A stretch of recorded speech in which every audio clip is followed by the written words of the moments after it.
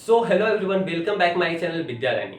तो दोस्तों, आज हम यह वीडियो लेकर आए हैं कि आखिर आप लोग फिजिक्स में 70 आउट ऑफ 70 कैसे ला सकते हैं। यानी जो आप लोग का 2024 में जो बोर्ड एग्जाम होगा उसमें से आप लोग 70 आउट ऑफ 70 कैसे लाएंगे।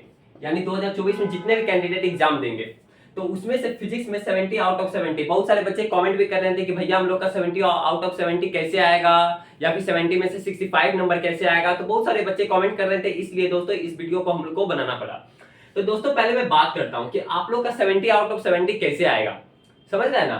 तो पहले आप लोग जान लीजिए इसका पैटर्न के बारे में, पैटर्न और सिलेबस के बारे में। ऑलरेडी पैटर्न और सिलेबस का वीडियो बना हुआ है, डिस्क्रिप्शन बॉक्स में उसका लिंक दिया गया है, वहां से जाकर आप लोग देख सकते हैं, चेक कर सकते हैं, सारा कुछ ये समझ सकते हैं, पूछ सकते हैं। लेकिन यहाँ पे मैं आप लोग को ब्रीफली एक थोड़ा सा एक संक्षेप रूप में मैं आप सभी को बता देता हूँ।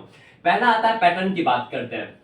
अगर फिजिक्स की पैटर्न की बात करूं तो फिजिक्स में जो ये जो क्वेश्चन जो पूछा जाता है आप लोग को पता ही होगा, या फिर नहीं पता है तो देख लीजिए, यहाँ पर ऑलरेडी इस पे वीडियो बना हुआ है या फिर डिटेल के रूप में, डिटेल से, तो आप लोग वहां जाकर देख सकते हैं, डिस्क्रिप्शन बॉक्स में उसका लिंक दिया गया है। तो पैटर्न की अगर मैं बात करूं फिजिक्स की, तो फिजिक्स में क्या होता है कि फिजिक्स में या फिर सारा सब्जेक्ट में आप लोग का ऑब्जेक्टिव क्वेश्चन पूछा जाता है, और इधर जो होता है आप लोग का सब्जेक्टिव क्वेश्चन पूछा जाता है, जिसमें कि 50% जो होता है वो ऑब्जेक्टिव होता है और 50% सब्जेक्टिव होता है। और उसमें भी सब्जेक्टिव की अगर मैं बात करूं तो सब्जेक्टिव भी दो टाइप्स में बढ़ जाता है। एक हो जाता है short answer, sorry short question answer, यानी शॉर्ट आंसर क्वेश्चन, समझ रहे हैं ना, ऐसे क्यू से हम लोग डिनोट कर रहे हैं इसको। और एक आ जाता है long answer question, LAQ। LAQ का कहने का मतलब लॉन्ग आंसर क्वेश्चन, और SAQ क्या है, ये कहने का मतलब short answer question. Short answer question जो होता है दोस्त, आप लोग का 20 क्वेश्चन इसमें से पूछा जाता है। 20 क्वेश्चन में से आप लोग का सिर्फ 10 क्वेश्चन का ही जवाब देना होता है, आंसर। और लॉन्ग आंसर क्वेश्चन में आप लोग को 6 क्वेश्चन पूछा जाता है, जिसमें से आप लोग को 3 क्वेश्चन का ही जवाब देना होता है, समझ रहे हैं ना। अब बात करें कि शॉर्ट आंसर क्वेश्चन कितने मार्क्स का होता है, तो शॉर्ट आंसर क्वेश्चन जो होता है हर एक क्वेश्चन 2-2 मार्क्स का होता है। कितना मार्क्स का? 2 मार्क्स का, ठीक है। और लॉन्ग आंसर क्वेश्चन जो होता है वो हर एक क्वेश्चन जो होता है वो होता है 5 मार्क्स का होता है। तो इसमें से अगर आप लोग तो टोटल, हाँ अब बात करते हैं ऑब्जेक्टिव का।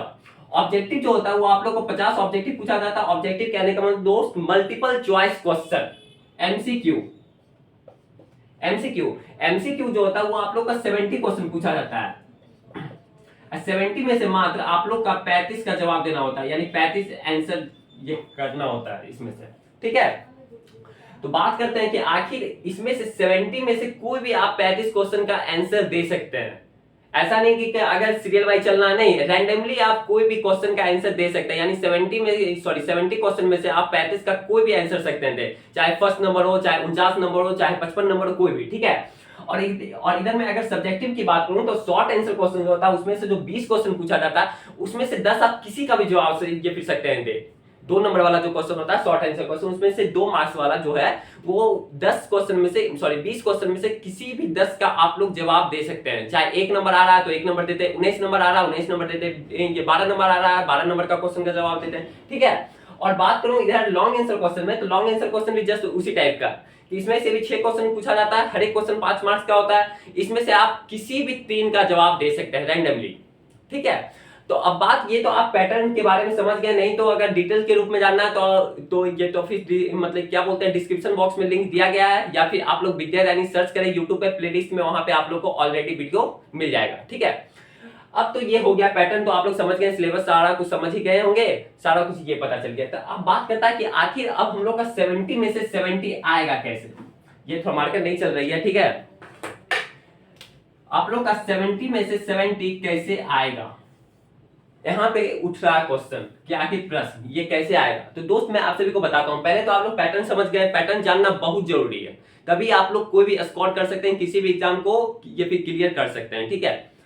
अब बात करते हैं, देखिए दोस्त, आप लोग को कुछ बातों को फॉलो करना पड़ेगा, तभी आप लोग 70 आउट ऑफ 70 लाएंगे, समझ रहे ना। अब कुछ ऐसी भी इंपॉर्टेंट बातें हैं जो कि आप लोग को लास्ट में बताया जाएगा, इसलिए इस वीडियो पे आप लोग शुरू से अंतिम तक बने रहें। लास्ट में कुछ ऐसा टिप्स एंड ट्रिक्स बताया जाएगा जिससे कि आप लोग फॉलो करके आराम से 70 आउट ऑफ 70 ला सकते हैं, ठीक है। बात करते हैं कि पहला जो आप लोग को है, जो बातों को जो फॉलो करना पड़ेगा, 4-5 स्टेप को फॉलो करना पड़ेगा, ठीक है। पहला नंबर आता है कि एवरी टॉपिक ऑफ एनसीईआरटी, यानी एवरी टॉपिक ऑफ एनसीईआरटी कहने का मतलब कि एनसीईआरटी का हर एक टॉपिक को क्लियर करना है। ऐसा नहीं कि कोई टॉपिक को छोड़ रहे हैं, कोई टॉपिक को स्किप कर रहे हैं, कोई टॉपिक को पढ़ रहे हैं, ऐसा नहीं करना है। हर एक चैप्टर का, एनसीईआरटी का जो हर एक चैप्टर है, यानी हर एक चैप्टर, समझ रहे हैं ना, ईच चैप्टर, उसमें से हर एक टॉपिक को क्लियर करना है एकदम पूरा, मतलब कि अच्छे से एकदम क्लियर करना है कि एकदम जहां से कोई भी क्वेश्चन पूछे एकदम फट से जवाब दे देना है। ठीक है, पहला बात तो ये करना है, क्योंकि अभी भी आपके पास 5-6 महीना का समय है और क्लियर कर सकते हैं। कैसे क्लियर करेंगे वो मैं आप सभी को बताऊंगा अंतिम में। दूसरा नंबर आता है ऑन नोट्स। ऑन नोट्स मतलब कि अपना नोट्स बनाएं, हैंड रिटन नोट्स। ठीक है, अपना नोट्स खुद से कॉपी में बनाएं, लिखें, जो वीडियो पे पढ़ाया जाता है, जहां भी आप पढ़ते हैं उसमें से अपना नोट्स बनाएं, या फिर पीडीएफ भी मिलेगा तो पीडीएफ तो चलिए वो सही है, लेकिन अपना भी नोट्स बनाएं। समझ रहे हैं, अपना जो नोट्स बना हुआ रहता है हैंड रिटन नोट्स, वो काफी अच्छा रहता है, काफी बेहतर होता है। ठीक है, वो हो गया, दूसरा नंबर हो गया। तीसरा नंबर आता है कि डेरिवेशन प्रैक्टिस। डेरिवेशन जो होता है, डेरिवेशन कहने का मतलब कि हर एक चैप्टर में दोस्त ये डेरिवेशन क्वेश्चन होता है। जैसे कि फर्स्ट चैप्टर की बात करें इलेक्ट्रिक फील्ड एंड चार्ज, तो उसमें भी 5 नंबर का डेरिवेशन आता है, प्रूफ करने के लिए आता है क्वेश्चन। तो वो हर एक चैप्टर में ये ऑप्टिक्स में होता है, सारा चैप्टर में वो कहीं ना कहीं आता ही है। डेरिवेशन हम इसलिए बोल रहे हैं दोस्त कि 5 नंबर का जो क्वेश्चन आएगा, 5 नंबर का जो क्वेश्चन आएगा 5 मार्क्स का, जो इधर जो आता है लॉन्ग आंसर क्वेश्चन में, ये डेरिवेशन से ही पूछा जाता है, 80% चांस है। क्योंकि प्रीवियस ईयर क्वेश्चन अगर आप लोग देखिएगा तो और बनाइएगा तो आप लोग को पता चल जाएगा, अंदाजा लग जाएगा कि जो 5 नंबर का जो क्वेश्चन पूछा जाता है वो आखिर मतलब कि डेरिवेशन से ही 80% होता है। ठीक है, तो इसलिए आप लोग को डेरिवेशन प्रैक्टिस हमेशा करना है, हर एक चैप्टर का करना है। ठीक है, ये तो हो गया ये तीसरा नंबर बात। चौथा नंबर बात आता है दोस्त फॉर्मूला। फॉर्मूला का भी प्रैक्टिस रिवीजन याद करना पूरा एकदम क्लियर कट, एकदम पूरा, समझ रहे हैं ना। तो अब फॉर्मूला कैसे याद करेंगे, तो फॉर्मूला क्या होता है कि फॉर्मूला का कुछ टिप्स एंड ट्रिक्स है दोस्त। जैसे कि मान लिया जाए आप फर्स्ट चैप्टर अगर पढ़े ये फिजिक्स का, सेकंड चैप्टर पढ़े, थर्ड चैप्टर पढ़े, जो भी है इसका जो टॉपिक पढ़े या फिर फॉर्मूला पढ़े, जितना पढ़े, इसका हमेशा कॉपी में एक लिख लीजिए। कॉपी में फर्स्ट चैप्टर का फॉर्मूला लिख लीजिए, जितना भी होता है 10, 15, 20 फॉर्मूला जो भी हुआ। सेकंड चैप्टर का जो होगा, सेकंड चैप्टर का हेडिंग नाम लिख के वहां पे फॉर्मूला का एक छोटा सा कॉपी बना लीजिए, पतला सा, उसमें सिर्फ फॉर्मूला ही लिखिए। समझ रहे हैं ना, फॉर्मूला जो भी होता है इंपॉर्टेंट पॉइंट जो है, फॉर्मूला के साथ साथ इंपॉर्टेंट पॉइंट भी, तो वो एक पतला कॉपी में लिखे, वहां पे ये थर्ड चैप्टर का, फोर्थ चैप्टर का, इस तरह से जितना भी चैप्टर है वो सारा चैप्टर का फॉर्मूला एक साथ लिख दे और ऊपर में चैप्टर का हेडिंग भी लिखते हैं। एक छोटा सा कॉपी में पतला सा कॉपी बनाए उसके लिए। ठीक है, इस तरह से हो गया। 5वां नंबर आता है दोस्त previous year question. Previous year question तो काफी इंपॉर्टेंट क्वेश्चन है, ये तो आप लोग को करके ही जाना है। समझ रहे, प्रीवियस ईयर क्वेश्चन नहीं किए तो कुछ भी नहीं किए, सारा कुछ ये पढ़ा लिखा सारा कुछ बर्बाद।